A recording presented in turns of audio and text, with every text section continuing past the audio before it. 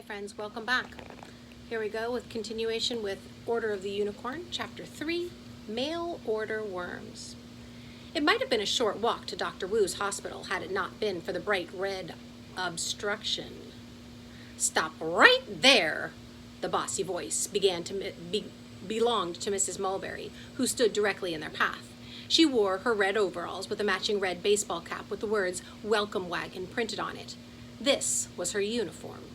She was the president of the Buttonville's Welcome Wagon Committee, a group dedicated to welcoming newcomers. But ever since the old button factory closed down, people rarely even moved to Buttonville. So Mrs. Mulberry found other things to do, like spying on everyone who already lived there. She was a professional busybody.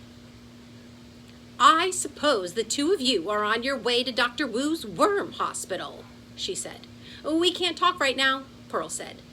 What she really meant was, "We don't want to talk to you," but that would have been a rude thing to say. "We're in a hurry." "Yeah, we don't want to be late," Ben added. Mrs. Mulberry was an expert at blocking people's path.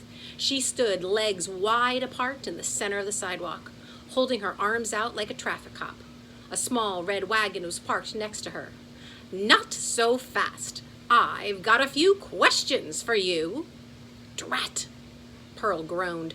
"Fine, but make it quick." Ben stood at Pearl's side. They dealt with Mrs. Mulberry before. Ever since Dr. Wu moved into the old button factory, Mrs. Mulberry had been trying to make an appointment to meet her. She was curious about Dr. Wu and desperate to snoop inside the hospital. So far, she hadn't been successful, and the apprentices were determined to keep it that way. Mrs. Mulberry narrowed her eyes. "How is the doctor?" "Fine," Pearl said. "If she is fine, how come nobody in town has ever seen her?" "My grandfather met her," Ben pointed out. "So did Pearl's mom." "Well, I haven't." Mrs. Mulberry folded her arms and scowled. "I'm mighty suspicious about this hospital of hers. I've asked around. No one in Buttonville has a pet worm, so why in the world would Dr. Wu come all the way from Iceland to open a worm hospital in a place where nobody keeps worms?"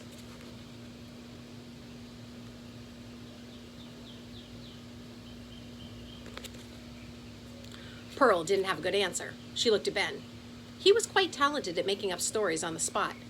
So he cleared his throat to buy some time, and then, with a wide smile, he said, "Iceland? Well, Iceland is full of volcanoes, and Dr. Wu got tired of shoveling lava from her front porch. That's why she moved." Mrs. Mulberry scowled so hard the deep crease formed in her forehead. "But why would she only treat worms? Why not cats and dogs?" Ben closed his eyes for a moment as if conjuring the details of his story. "She only takes care of worms because when she was young, her father was a fisherman, and you know that fishermen they do things with worms, right? They stab a hook right through them and then dangle them into water. Dr. Wu thought this was unfair, so she decided to dedicate her life to undoing the wrongs done to worms." "Wow," Pearl said. "That was a great story." And then she looked at Mrs. Mulberry and added in a very serious tone, "And all of that was totally true." Mrs. Mulberry reached into her wagon and picked up a catalog for gardening supplies. "Well, Dr. Wu won't see me unless I have a worm, so I have ordered an entire box of red compost worms. It's coming special order." Pearl started to fidget. On one hand, she was worried about being late for the apprenticeship. On the other hand, Mrs. Mulberry had to be stopped. If she got into the hospital and saw the creatures that were hidden inside, the secret would come out and Dr. Wu would have to leave Buttonville. How could Pearl stop this from happening? Because Dr. Wu only sees sick worms," said Ben. "Right," Pearl added. "Good point. Problem solved. Yep, we gotta go." "Hold on there. There's bound to be a sick worm in the box?" Mrs. Mulberry glanced around and then asked, "And how do I tell if a worm is sick?" "Coughing," said Ben. "Sneezing, too," added Pearl, clenching her jaw so she wouldn't start laughing. "Coughing and sneezing. I knew that." Mrs. Mulberry dropped the catalog back into the wagon. "I expect to see both of you at Victoria's ceremony tonight. Membership of the Red Wagon Club is highly selective. This is an important moment for the Mulberry family. Don't be late." Late? Pearl cried.